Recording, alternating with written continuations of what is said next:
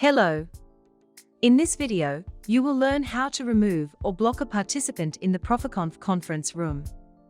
Sometimes it happens that one of the invited participants behaves inappropriately, and the organizer or moderator decides to block him or remove him from the event room. To block a participant, click the three-dot button near his name and select Block Participant from the menu that appears.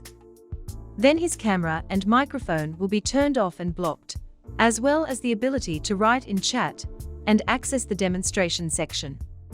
To unblock, click the Unblock Participant button in the menu. Also, you can individually restrict a participant to write to the chat. To do this, select the option Restrict Chat. The selected participant will not be able to see the content of the chat, as well as to write and send messages. To allow a participant to write in the chat, select the Allow Chat option. The conference organizer and their designated moderator can also block or unblock the camera or microphone for any selected participant. To remove a participant from the event room, you can click the three-dot button near his name and select the Remove Participant option from the menu. In the pop-up window, you can confirm or cancel the action.